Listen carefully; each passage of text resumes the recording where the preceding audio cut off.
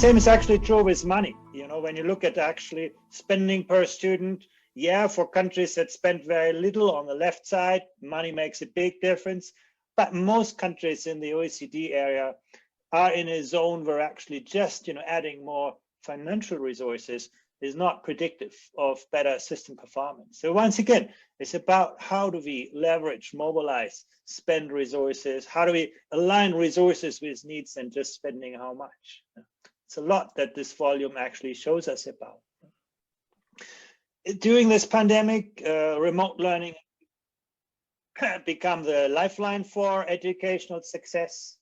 But let's do a reality check where countries stand. Again, PISA has collected a lot of data on this. First of all, you know, for remote learning, you need a link to the internet at home. That's the case in most OECD countries. You need a quiet place to study. That's already more challenging. And you need a computer. And what I'm showing you here is basically how this looks for students in advantaged schools. Pretty good, but not great. But when you look at students from disadvantage, you can see the bars getting a lot shorter, particularly when it comes to having actually a computer at home and a quiet place to study. So you can see actually disparities are already coming in by how well people are equipped, the 15-year-olds who took part in the PISA test with the relevant technology. When it comes to equipment at school, we see that resources are generally much more equitably distributed, as you would expect. Public policy can make a difference. And actually the UK comes out, you know, very close to the top when it comes to actually schools per student.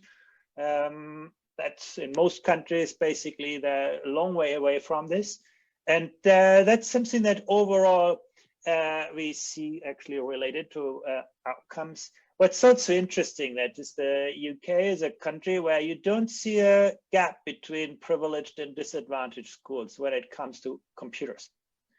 On many other dimensions, you're going to see disparities, but this is one, I think, where the UK has distributed resources equitably. And even if you look across countries, you find as many countries where more computers are available in disadvantaged schools than countries where computers are more available in privileged schools. So I think that's a good kind of outcome, that's something that seems to be quite equitably on the surface, at least.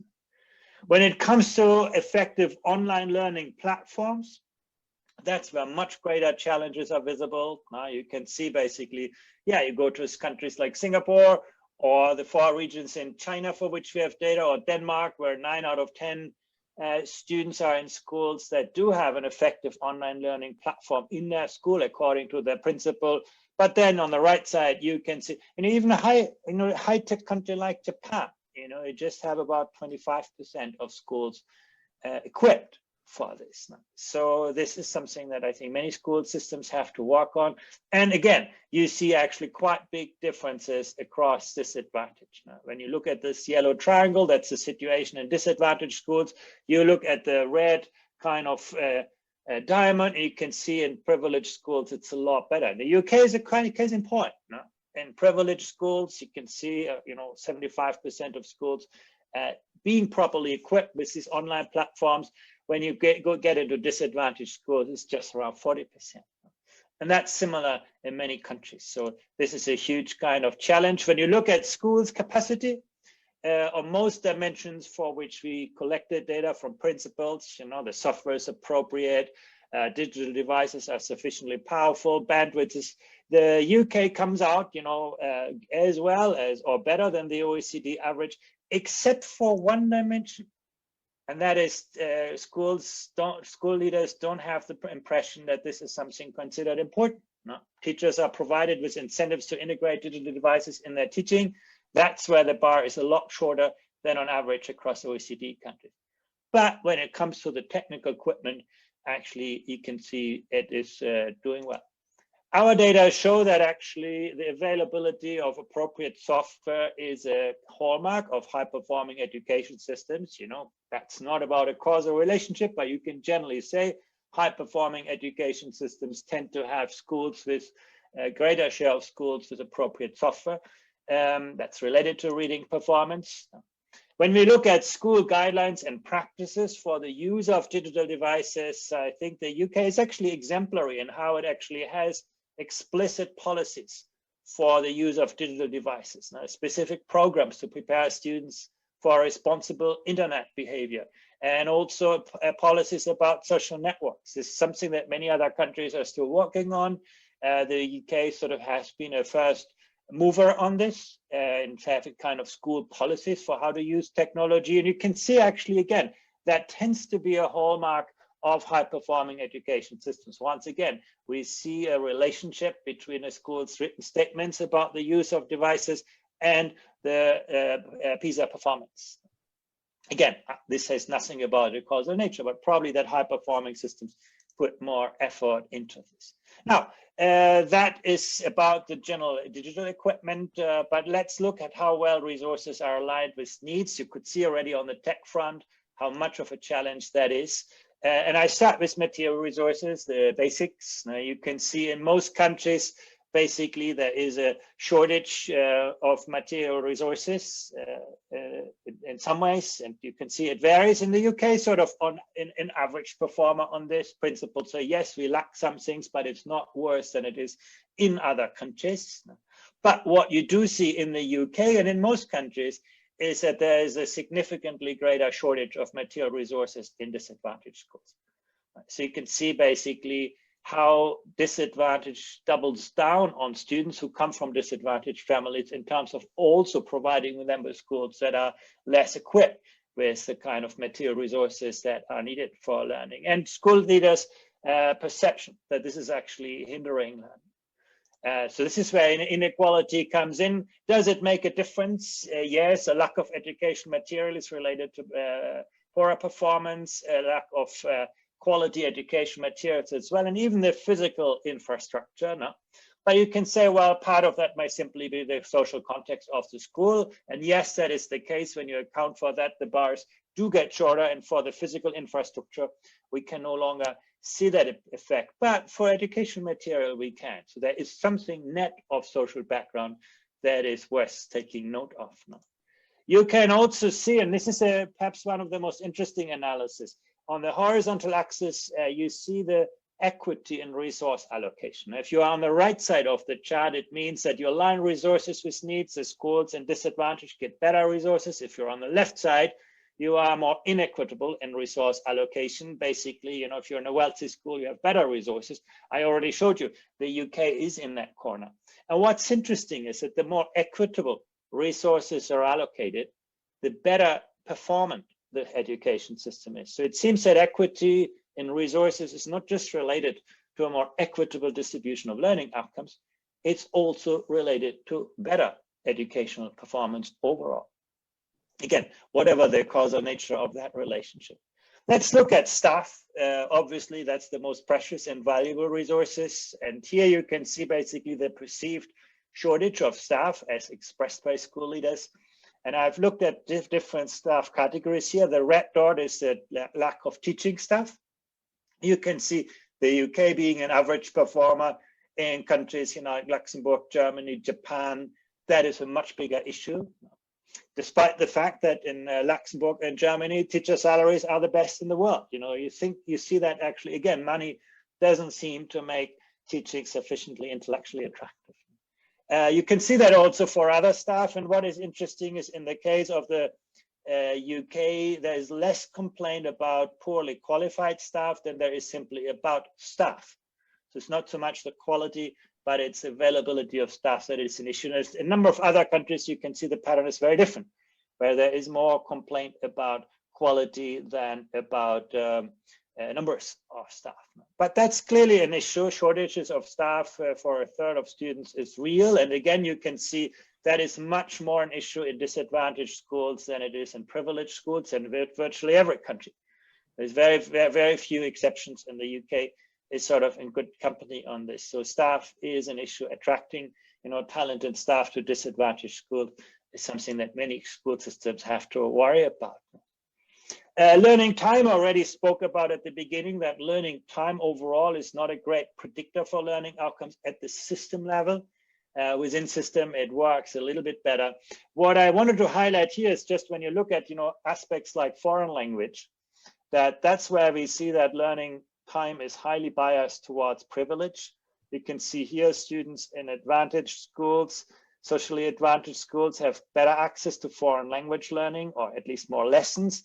And that gives them, better access to better jobs in their lives and maybe a broader outlook to other kind of languages and cultures and things like this. So you can see some of those aspects are also highly biased towards privilege. And once again, that's a picture that is pretty universal, very, very few examples different from that. Now, support for disadvantage. Access to a room for homework at school is one of the best predictors that we have for system performance. So where schools do provide facilities for students that they can actually after school do their homework, you can see that is associated with better reading performance on the PISA test. You can also see, and this is where things get more interesting, is where schools have staff that provides help. You can see also that is a big predictor for system performance, whatever the causal nature of this relationship. And this is something that we have looked in a little bit more detail, and I compare here the UK with the OECD average. Basically, what you can see in most countries is that privileged schools are more likely to have a room where students can do their homework than disadvantaged schools. So the bar goes to the right. In the UK, actually, the story is different. Actually, the disadvantaged schools seem to be better equipped with additional rooms where schools can do their homework. So that's, I think, a positive sign. But now, when it comes to staff providing help with homework, that's where the picture is the opposite. In most countries, on average across OECD countries, disadvantaged schools put more attention to this, so that staff actually do provide students with additional help in their homework than this is the case in privileged schools. So you can see really, sometimes the facilities may not work out very well, but at least there's a lot of emphasis that staff do provide disadvantaged students with the help. In the UK, difference is not so big, but if it goes in the other direction. Now, peer-to-peer tutoring. Now, how do students learn from students? That's a big plus in a number of countries, but again, something also that tends to be highly biased towards privilege. Basically, in advantaged schools, there's a culture of peer-to-peer tutoring. There are the arrangements for this, and you can see that is even more so true in the UK than it is on average across OECD countries. So physical infrastructure seems to be quite equitable, but when it comes to the staff and the peer-to-peer tutoring, there's a lot that the UK could do to ensure that struggling students get the support which they need. And as you could see before, these aspects are highly predictive for system performance and certainly for the individual performance of students. Now, extracurricular activities, we looked at this as well. You can see here the average and then UK pictured into that. You can see sports tends to be sort of the +1, lectures, volunteering, arts club, bands, school play, music. Those are the dominant pictures. And you can see actually those are also the ones, plus book clubs and debating clubs, where there is more going on in the UK than also in the OECD countries. But that's sort of the overall picture. And what our data show is actually when it comes to creative extracurricular activities, and by this I mean those more related to music, arts, drama, and so on, the UK is actually one of the top performers. There's a lot of emphasis being placed beyond the school curriculum to provide those ideas. Of course, one has to see that in some countries, what you call extra activities, extracurricular activities, might in other countries be part of the mainstream curriculum. We have to take this into account. One of the interesting things that we do see is that this is, again, something that tends to be strongly biased towards privilege. You can see in virtually all countries, and the UK is a notable exception where we don't see that relationship, but in most countries you can see there are more extracurricular activities in schools in advantage. So again, something to work on to distribute those resources more equitably. Does it make a difference? It does in most countries. You can see the blue bar is dark. The gray bar shows you what we see on the surface, and the blue bar shows you what we see after discounting for social background. Of course, you always need to do that. And then you can see there is something that remains. So it seems that creative extracurricular activities seem to be a good predictor for the performance of students even after discounting for social background. Let's move on to something that is not so much an issue to the UK, but for many other countries still, it's great repetition. One of the devices that people use to deal with struggling students, let them do school year another time. Something that our data shows not to be particularly effective, that our data show to be very expensive and often also stigmatizing, like you can see in a number of countries on the right side, most dominantly in South America, but also Southern Europe. That's a very popular way for teachers in schools to deal with performance issues. In a third of cases, you have students who have repeated school year and so on. What our data show, and this is where the problem comes from, is that it's largely hitting disadvantaged students. And even, that's the most interesting finding, that it does even work when you discount for reading performance. So people could say, well, yeah, disadvantaged students perform less well in school, and therefore they are more likely to repeat a grade. But even if you account for their performance, you take a privileged and a disadvantaged student with exactly the same learning outcomes, then you can see the disadvantaged student is still 2, 3, 4, sometimes 8 times more likely to repeat the grade than a student from a privileged background. So you can see really here how those mechanisms work against disadvantage, even net of learning outcomes. And as I said, it turns out to be very expensive. When you look at the social cost of it, people are going to earn less than in a lifetime. It comes out stigmatizing, and it actually is not associated with better learning outcomes. I think that's an issue many countries need to work on, but we also see progress. When you look at this data a decade ago, the bars used to be longer.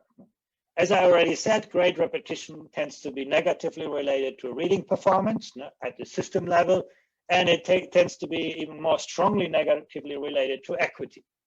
Basically, the countries with higher rates of grade repeaters tend to be the ones where you see larger social disparities in the learning outcomes of students. So that's something, I think, an important lesson for some countries, not so much for the UK, where this is just, I think 3-4%, sort of not such a big issue. What can policy do? You might say as a teacher, well, these are all things that I don't have direct control of. I don't have control over the resources, material resources, and so on. But actually, teachers do have control over what happens in the classroom and how they stimulate the kind of environment and the mindset of students. And you can see actually the growth mindset that students develop is one of the best predictors that we have for system level performance. High performing education systems are typically ones where the environment is such that students believe they own their success, whereas poorly performing systems are often systems where students believe, there's nothing I can do. I'm born with a specific set of talents, and that's what I got to live with. And we can actually see that's not just a system predictor, but we also see that's related to many other dimensions. Students with a growth mindset were more likely to be motivated to master difficult tasks, had a greater sense of self-efficacy, were less afraid of failure, were more likely to establish ambitious learning goals, and also saw greater value in school. So again, that's something this is about. And this growth mindset is very closely related to the teaching strategies that we observe, but also to the selection and tracking mechanisms, where education systems are highly selective, highly tracked. Students are feeling less of a growth mindset than in a system where teachers embrace diversity of students with a broader set of strategies. And let's turn to that. How do we reconcile flexibility and equity in an education system? That's also something that the PISA assessment has put some great attention to. The first is, you can do that by, offering different types of schooling services, public and private schools. And you can see in most countries, education is still mainly run by governments. But you can see the UK is an example where you have a lot of government-dependent private schools. Now these are the academies, so it's quite popular for governments to pay, but let the private sector run those schools, or schools on their own initiative. And so there's a number of countries, which is in Hong Kong and Macau, that's basically all schools. There's also been big changes in this. When you look, for example, it can go in both ways. You can see Hong Kong, where basically there has been a big shift from public schools to government-dependent private schools. And in Korea, the shift has been towards public schools, away from independent private schools. So it's gone in both directions over the last, 8 years when we compare those figures with those from the year 2000. Well, does it matter in terms of performance? On the surface, it seems that it does, but actually what you can see is that in most, sorry, I have inverted the labels here. Actually, what you can see in most education systems, after discounting for social backgrounds, is actually public schools that perform better, not private schools. So the labels are inverted here. And I think that's another kind of interesting message. On the surface, it looks like, public schools do better, but once you discount for social background, it turns the other way around. That's true for the UK and most other countries for which we have data. Selection mechanisms, this public-private division is, of course, system parameters, but school selection is another one. What we do see is that the only parameter that relates positively to school performance is when students are selected by their academic records of their intake, and that's obviously naturally. You select brighter students, then it's something that is to your advantage, whereas all other dimensions that we studied were more negatively related to school performance. Recommendations from feeder schools, parents' endorsement of a instructional religious philosophy, or students is interested in a special program and things like this. So the kind of academic selection criteria were the only ones that were predictive of success for schools, but actually not for systems. That's also very important. It works out for an individual school to be selective, but it doesn't work out for the system. So more selective school systems don't tend to be better performing, quite the reverse. And of course, selection is also negatively related to equity. That's particularly the earlier it comes. You can see that very clearly here when you look at countries like Germany, Hungary, Austria. They are more inequitable and they select students very early. So where the kind of tracking begins earlier in the student's life, in these cases around the age of 10, you can see that plays out in terms of a stronger relationship between social background and learning outcomes. But not so much an issue for the UK, where most of that happens later.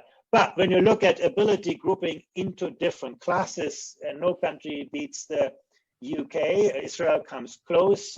There's a lot of implicit tracking in the UK happening, and also that is something that our data suggests is more negatively related to overall performance. And it helps the individual school, but it doesn't play out positively in the system. Now, that's when you group students into different classes. So basically, students are permanently grouped into different classes.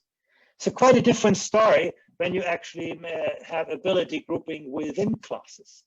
Basically, by students, you do develop subgroups. There, the picture is actually not so negative.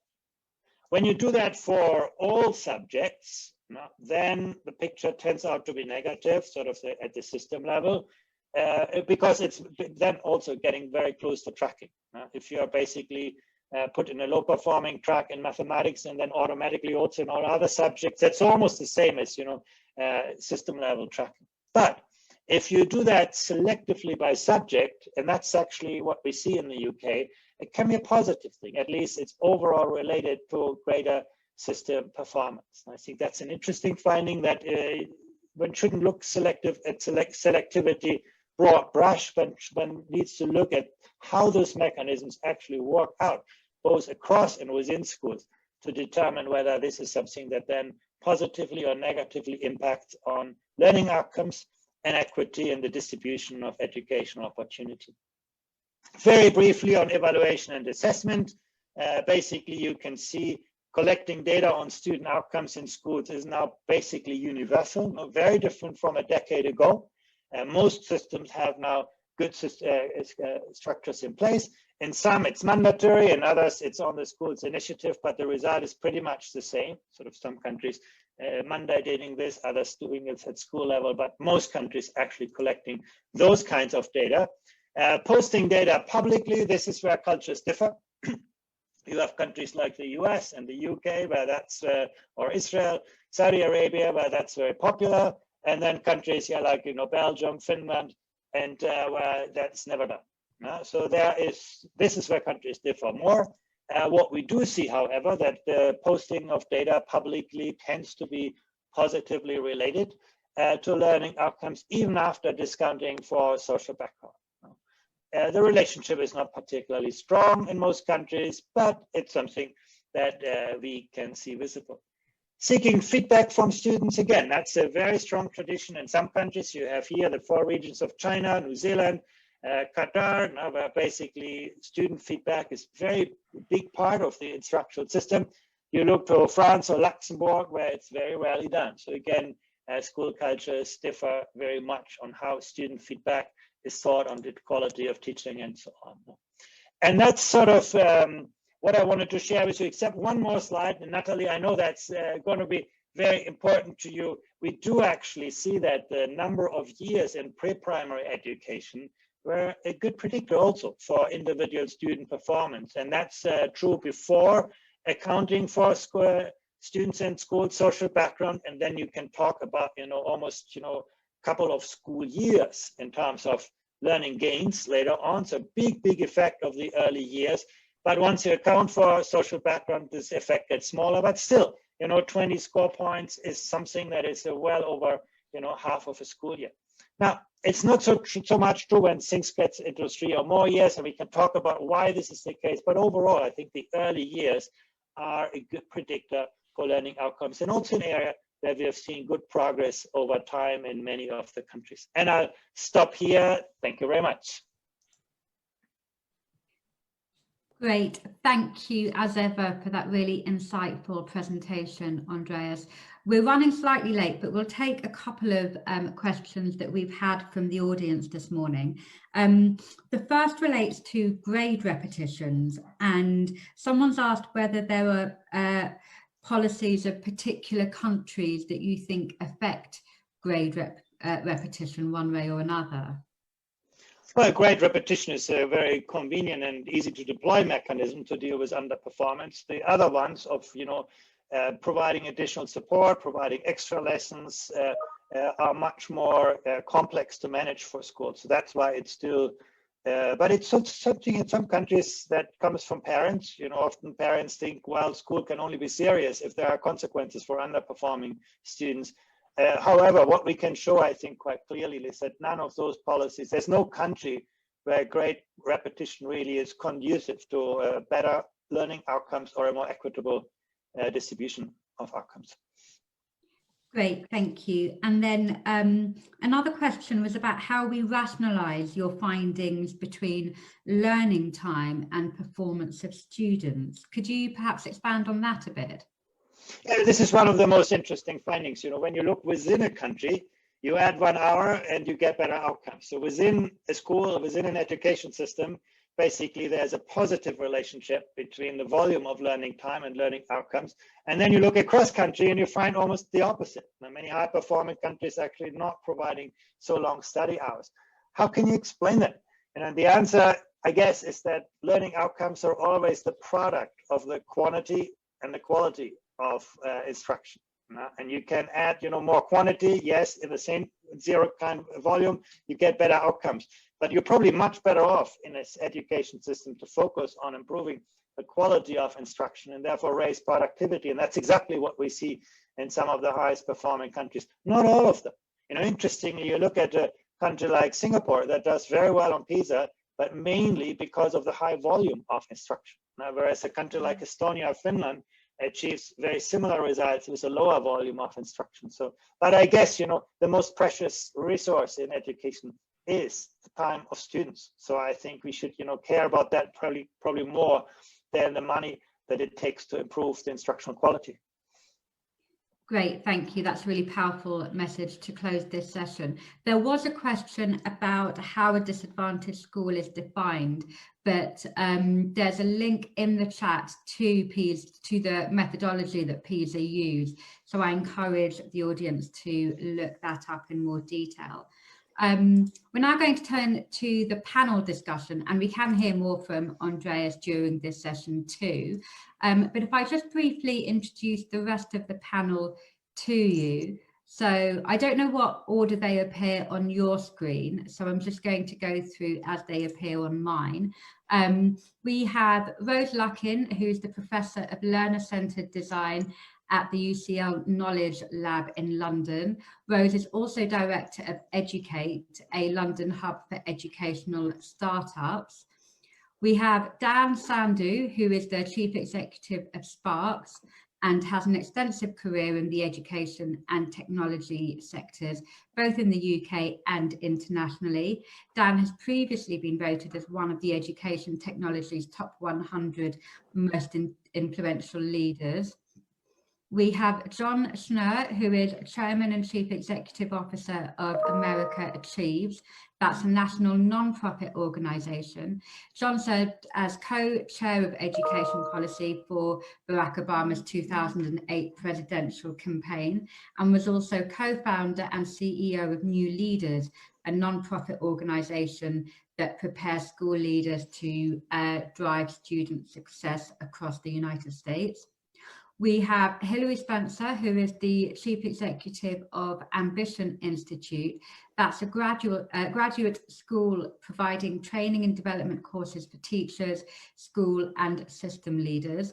Hilary has also held a range of senior positions in the civil service, including more than a decade at the Department for Education. And finally, we have Charlie Stripp, who is the Chief Executive of Mathematics in Education and Industry, and also Director of the National Centre for Excellence in the Teaching of Maths. Charlie also pioneered the Shanghai Maths Teacher Exchange Programme, and he was awarded an MBE for Services to Education in 2015. And of course, we have Andreas, who is still with us. So the first question to the panel, and it's very timely given the recent lockdowns we've seen in the UK and globally, and particularly in relation to school closures. But what does the panel think the key challenges are for schools in providing online platforms for learning?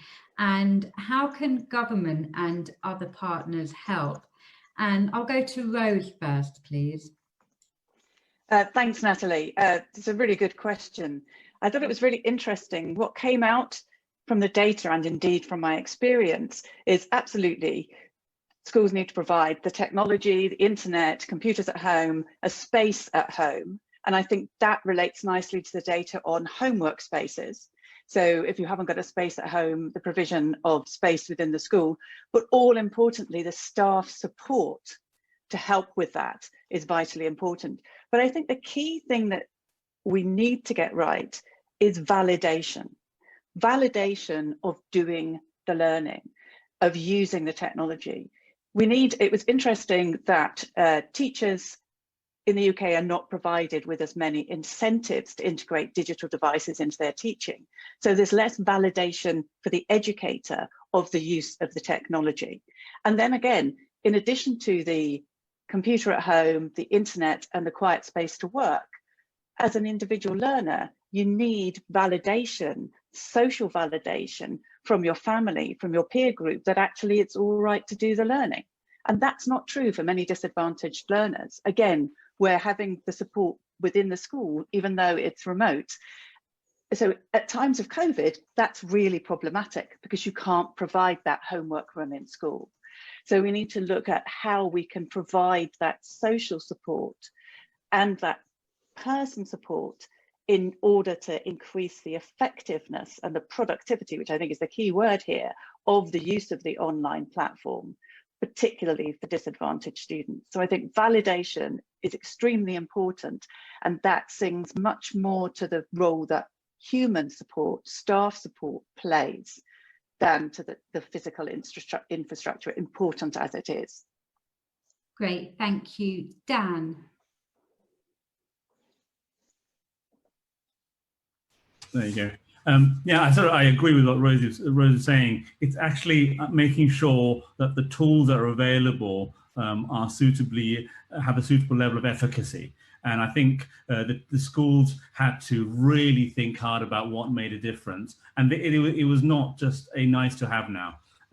having online provision available for students at school and at home became essential. So making sure you had evidence of success, and that points to really having great research-backed education technology. And that's really, really important if that's your last line of defense versus no education. So that came right to the fore.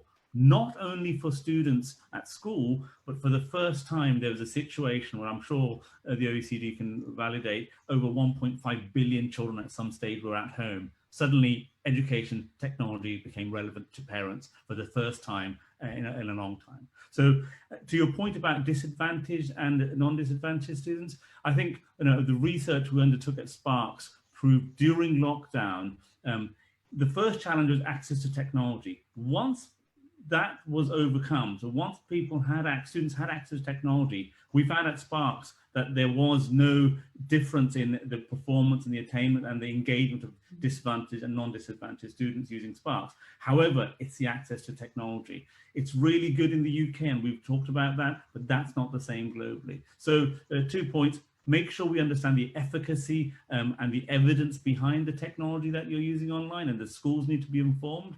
And secondly is access to technology. In the first case, something like the EdTech Evidence Group is doing a lot of work in the UK to make sure EdTech education technology providers have that validation baked into their proposition right from the outset. And it's work that has been done effectively by UCL and Rose included in terms of making sure that evidence base is there right from the beginning.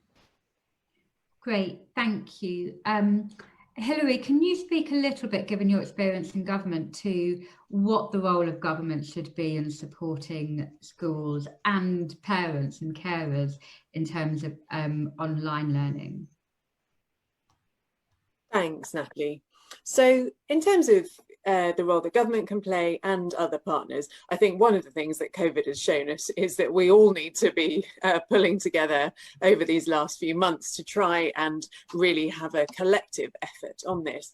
So there's obviously a key thing around supporting better IT access for the most disadvantaged children and at schools working with the most disadvantaged children. There's a question, I think, about what can be provided centrally to help. So we've had the innovation of the Oak Academy in the UK over the last few months, an online classroom created by teachers for teachers, where teachers can select components of that to construct an online learning offer for some of their students. So rather than every teacher in the country having to upskill themselves in online learning in a matter of weeks, that provided a sort of continues to provide a central resource bank that people can draw on. I think one of the questions in terms of wider parental engagement on this goes back to that a long-standing question, doesn't it, about parental engagement and what effect that has on a child's motivation. We know, don't we, that maternal education is still a really big predictor of children's attainment, and the evidence that we do have about the impact of COVID suggests that all of those existing factors have been sort of heightened over these last 6 months. So the question, I think, now as we move into this next phase, and accepting there's still quite a lot of uncertainty in terms of lockdown and local lockdowns and how all of that's going to play out over the next few months, is helping teachers to see the potential of online learning and to work in partnership with parents to support some of that. But I do think this point about increasing the access to IT, particularly for the most disadvantaged children, remains fundamental in tackling this. Thank you, Hilary. I'm going to come to Charlie and then John, and then final word on this question from Andrea. So Charlie, over to you, please. Okay, I think that a big thing about online education is that we're all new to it, and so we need to make sure that we've got, that we make it as good as it can be and gather evidence to see how effective it's actually being. I mean, we've done lots of stuff very quickly. The Academy has been mentioned, but what we need to do, I think, is to try to get better at ensuring that the education that we are able to provide online is really engaging the students and helping them to learn really effectively. And it's different to teaching in the classroom, and we're new to this, and we need to make sure that we learn from the experience of it. I think in terms of the disadvantage, what I think, I suppose, about being in school is that in schools education is universally valued. It's why everybody's there. at home education is valued more in some homes than it is in others, and how can we kind of make sure that children, when they're studying in a home environment, are not influenced. That there's a kind of equity of I suppose, value in education, whatever the setting where the child is learning, and that I think is a key problem with where we are at the moment. I'm not proposing I have an immediate solution for it, but I think a very key thing for me is making sure us learning from what we're doing at the moment to make that quality of engagement, quality of learning as high as it can be, given the different medium of learning online. Great, thank you, John. Well, first of all, I want to just highlight how important this report is. And Andreas, OECD, thank you so much for releasing this, and thank you so much for this event to be able to discuss this. I think often the data comes out and like, hey, how's the country ranked? And this really looks at what are the implications for policy that would drive school success. And such variation, I think it's crucial. Second point is this is so timely. Certainly here in the United States, and across the world, we are facing, in your first slide of the presentation, Andreas highlighted it, massive learning loss, particularly for those kids and those young people who need it most, who've been the most underserved. And the implication of this could be lifelong for both the kids and for the countries in the world if we don't address this boldly and decisively. And I think the findings in this study overall, but including on kind of on technology, are even more urgent in order to address what we're going to need in this period, where there's still, certainly in the US, we have massive numbers of kids, particularly disadvantaged kids who are not in school. And we'll have to have the catch up, an acceleration of learning when they come back. So the findings here become even more urgent. So I hope that this report of the context really can focus on how to not just see this as a long-term opportunity or a need, but a short-term crisis to address both the near-term issues and the lifelong impacts this could have unaddressed for our kids who need it most. Given that generally, I just think specifically in terms of education technology, and I was looking at the data of the US, we've got massive inequities here in technology access in ways that will have massive impact. You know, for those in the US, and we're only one country in the world, but looking at the difference in terms of percentage of schools with teachers who are getting the professional development they need to make use of this, we have 84% in more advantaged schools, according to the report, 54% in more disadvantaged schools. This becomes more important than ever. How do we really invest in the support that our teachers need and our leaders need? In the chat, somebody asked about school leaders. How do school leaders make sure that teachers get the support they need for this? On technology access, on internet access, again, massive discrepancies between those schools serving disadvantaged kids and others. And then when you get to the home environment, even more significant. So, you know, for us, I think that in the next several months in the United States, really, I think we need to commit ourselves to ensure that universal access at schools and at home to not only technology, but to high-speed internet access. It'll take years to actually implement, but to resolve ourselves as a country that we've actually got to make fast progress toward that, particularly for disadvantaged kids, is crucial. And I think that across the world, we have to look at how all of this is done with an eye toward educational quality. And the last thing I'll say is draw the connections here between the technology, education technology data and the curricular resource and material data. The materials that are now needed in this period to be available to be useful when students are often now and teachers connected by technology, the materials look different. And we have a real near-term challenge of how do we really invest in the high quality materials and the support from teachers and other staff to make sure the materials can work, particularly for disadvantaged students while they're at home and while they're in this period of more remote learning. So again, I think hopefully this report should light a fire at all of us that we need to act urgently on the findings here, particularly for our disadvantaged kids, particularly in light of the COVID-19 crisis. Thank you. And finally, Andreas, the issue of the digital divide keeps cropping up, and a few people have also commented on the chat function, but not just between advantaged and disadvantaged schools, but also schools in rural areas that might not have the internet connectivity. What should governments be doing to address the different components of the digital divide? Yeah, obviously there are, big gaps in infrastructure also between urban and rural areas, disadvantaged and privileged areas. But, what these data show most importantly is that access to technology is actually much better than its effective use. And that is particularly true in disadvantaged areas. in disadvantaged schools. So basically the social gaps are not particularly around access to technology. They are around the effective use. And I think one aspect that we didn't talk so far about is really ownership of learning by the learner, where students have learned how to learn, where they can set their own learning goals and so on. They will be, good users of technology, but where students are spoon-fed by their teachers, maybe have no motivation in the first place to go to school. When they're sitting at home, they're not going to be the great learners.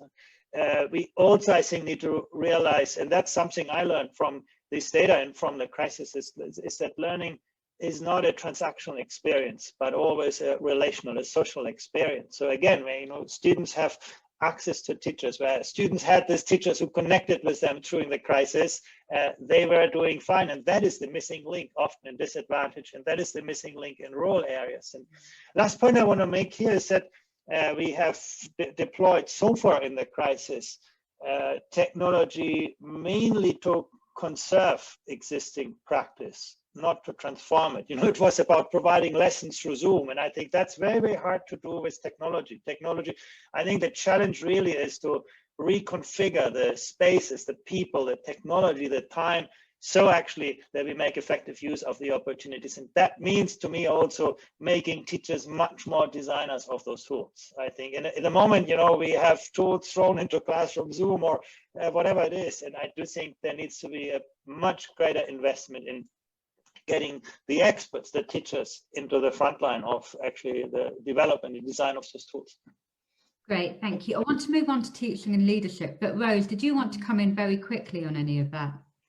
I was just going to say, but actually Andreas said it beautifully. You can put all the infrastructure, you can put all the technology, you can give it, but unless you've also got the human input, the support, it's not going to do the job. So we have to get that piece right as well. And that means we have to incentivize teachers to really understand how to get involved in the technology, how to really leverage that technology.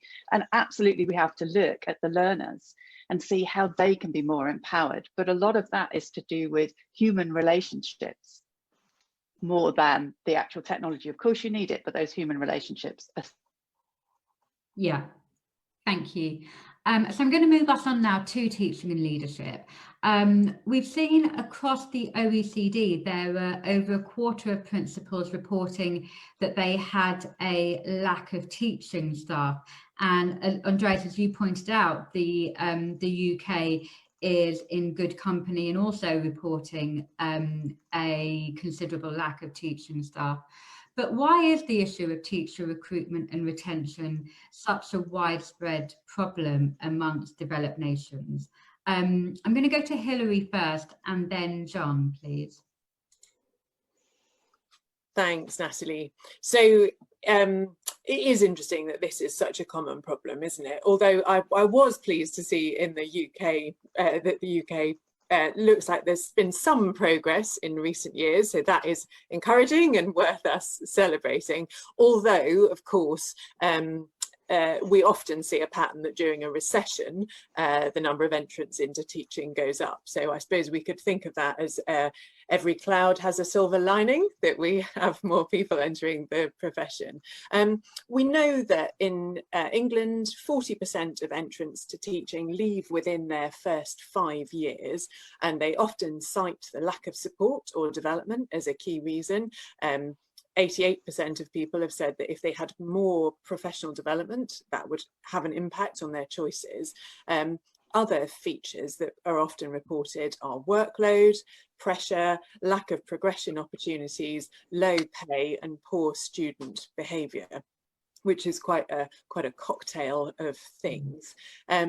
Interestingly, there is quite a lot of data which seems to suggest that if you focused on improving the performance of serving teachers, one study reports that is 3 times more effective in raising standards than the combined effect of all the attempts to improve teaching through replacement. So all the effort that we put into trying to recruit, secure more people in, actually is dwarfed by the effect that really high quality professional development can have on improving standards. And one of the key things that we believe will make a difference in England over the next couple of years is the new early careers framework, which is specifically targeted at that early point in teachers' careers. So we're hopeful that that will help us continue that upward trajectory on retention and performance in England's schools. Thank you. And John, are we seeing the same kind of causes in the US, or are we seeing different reasons? Well, I think we're seeing several factors that we know that there's nothing that's more important in kids' experience than the quality of the support and the teaching they get, both the academic teaching, the relationships. And we as a country and world have underinvested in kind of critical resources needed. Number one, I think we're under-resourced, particularly in high need areas. And I think there is a teacher pay issue where we've got inequitable access often to teacher pay to attract and retain. Particularly the equity issues in the US between what gets paid for teachers in disadvantaged and rural schools versus others.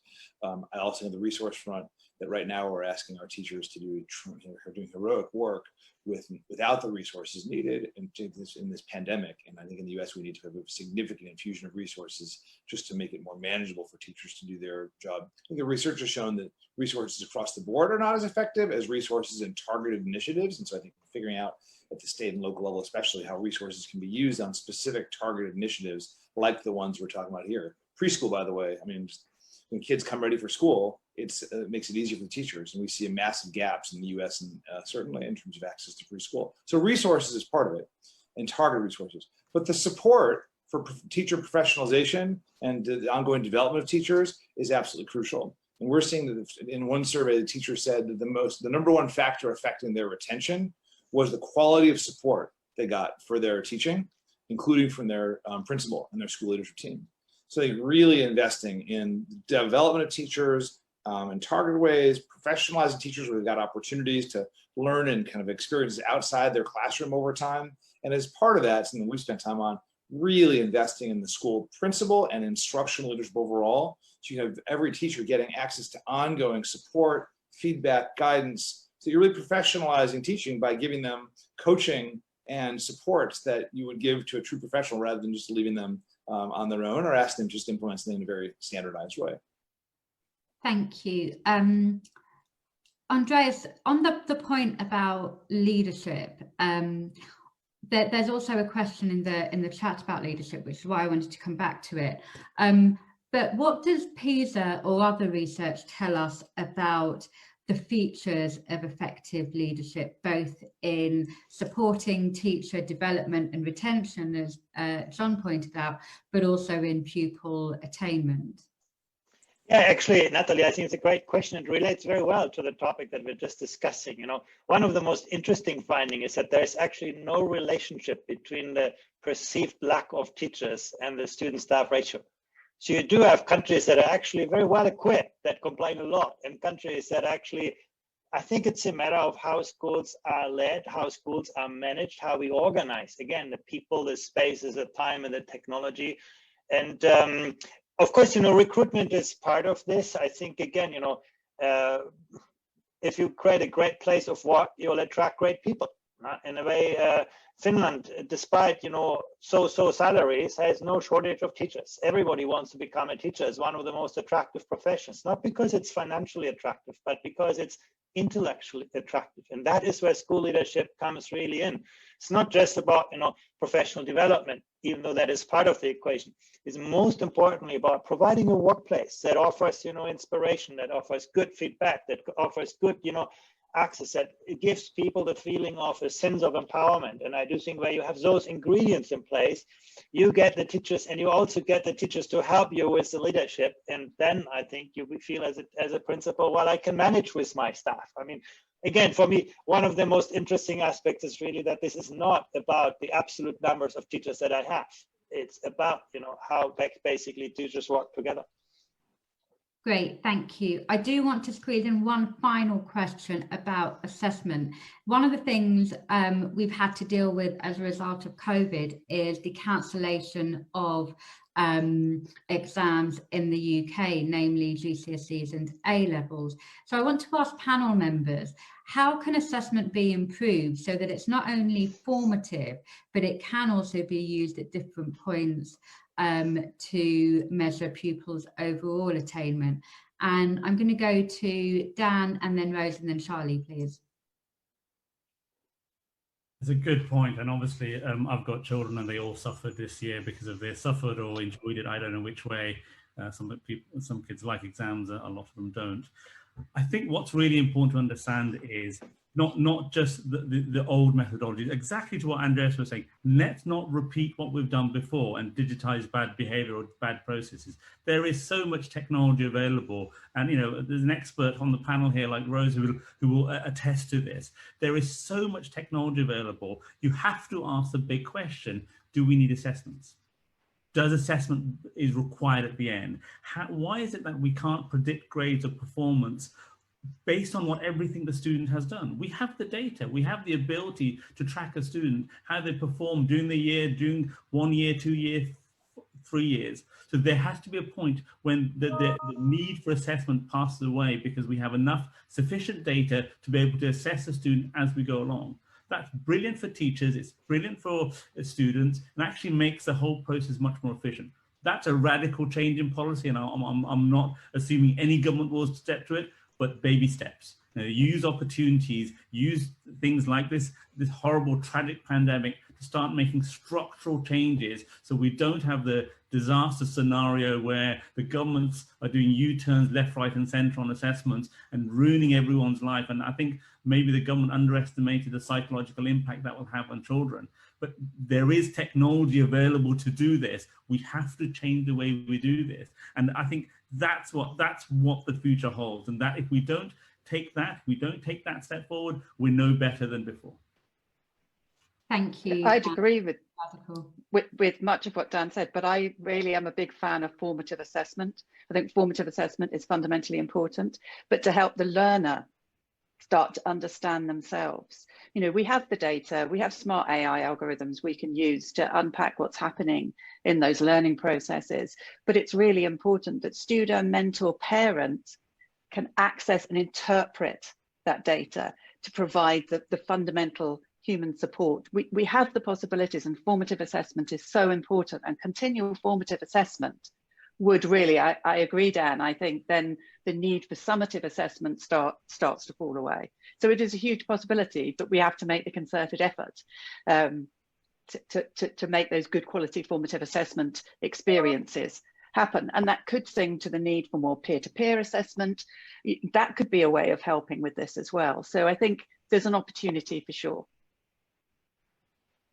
Thank you. Is there time for one more comment? Yeah, I'm going to go to Charlie and then I'll bring you in, John.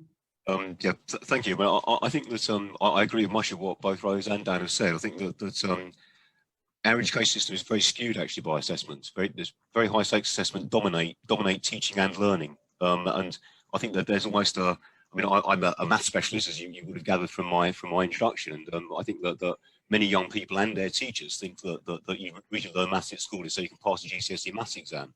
Actually, you learn maths so that you can do real things in the real world, and we should be really focusing that is the purpose of our education, and it shouldn't be so tremendously skewed by this overemphasis on assessment. I think that success in work and life isn't about being able to perform in an exam. It's about consistent high performance and openness to learning and change, isn't it? And our exam system just really doesn't foster those things which really are actually valuable. So I think that absolutely agree that formative assessment is crucial. I think that continuous assessment through the course. I think that actually you do need to test stuff to test that people have understood things, but that's but part of that is so that you understand where they're coming from in order to be able to learn further. So that formative assessment idea absolutely crucial. I think that you do, I guess, at the end need to have some kind of profile of what a student's strengths and weaknesses are, but it shouldn't be nearly so dominant as it is. I think that as Dan alluded to, we have an opportunity, having had such a very traumatic time with our exams this summer. Let's think a bit harder about how we can change the way that we measure education. And at the moment, I think the way we measure it is damaging it quite badly in many ways. Thank you. Before I come to John, well, after John, Hilary, 20 seconds, and then final word with Andreas. So John, over to you. So just briefly, I agree that assessments should neither be the purpose of education nor should they dominate education. And at the same time, they should, used right, given the findings of the report highlighting it, inform education. The findings of this report show that actually systems do better when assessments are used to inform understanding of how kids are doing, schools are doing, how systems are doing, and how giving equipment parents and teachers, incorporating students' views, but driven by assessment is helpful in driving improvements. I guess the point is not whether there should be assessments, it's how they ought to be done. And I think very practically, I do think one of the most promising things we're seeing is how do you build in assessments into curriculum so that assessments can both be formative and over the year be cumulative and give you the data needed in order to look at the student's end of year assessment. I think that can be a more effective way than doing it just end of year, while then having assessments like PISA and others that can give you a view system-wide to make sure we know how entire systems, countries, states are doing. You can then inform discussions like the report highlights about what policies need to change in order to ensure that particularly disadvantaged kids get the support they need. So assessments should be rethought, but not replaced. They should be done in a more innovative way to accomplish our purposes. I think this report highlights the importance of that. Great, thank you. Hilary. Thank you. So three things. One is clearly regular assessment is absolutely fundamental to improve the quality of teaching and learning. I think we're all in agreement about that. Two cautions I would put in. One is there is quite a lot of evidence about teacher bias in terms of assessment, and any system we design would need to take that into account and help us adjust for that. The second thing is one of the challenges can be that if you're trying to gather information for one purpose but you end up using it for something else, it can sometimes distort that. And it was really interesting in the report to see how we know that we've got a high stakes exam system in the UK, but to see how much higher stakes it is than other parts of the world. So I think there is a cultural backdrop of high stakes assessment, which potentially has a distorting effect on the way we could use assessment in schools to improve learning. So I think those are two things to look out for as we're thinking about how we refine assessment moving forward. Really helpful, Hilary. Thank you. And Andreas, finally over to you. Yeah, I think one of the real sort of problems we've created over the past few hundred years is that we have divorced assessment and learning. Now, in a way, we have sacrificed validity gains for efficiency gains, and we have sacrificed relevance for reliability. And actually, I do believe, and Rose alluded to this, that technology can actually help us to reunite, assessment and learning. It can give students, individual feedback, constant feedback. That means actually having a lot more assessment available that will help students learn better, teachers teach better, schools to become more effective. This is what learning analytics, big data are about. And we can see those things actually happening. The only other comment I want to make, I don't think actually the stakes are the problem. I think actually we need more stakes for the learner, probably less for the teachers and the schools in this. But I do think it's very, very important that learners have an immediate sense of where am I on track and where can I improve. And I think this is what technology will actually, or does already allow us for. Great. Thank you. I'm going to draw the discussion to a close there. Sorry we've run over very slightly, but I thought it was worthwhile to have those great contributions from the panel. Thank you to all of the audience who have joined us via Zoom and Facebook Live. thank you to our great panelists for giving up your time this morning to share your insights into the findings and what they might mean for us in the real world. And thank you as ever to Andreas and the team at the OECD for partnering with us to host this event. And a particular thank you to the tech teams at the OECD and EPI for making all of the background tech work, because I don't confess to understanding any of how this has happened. But thank you all very much, and have a great rest of the day. Take care. Yep.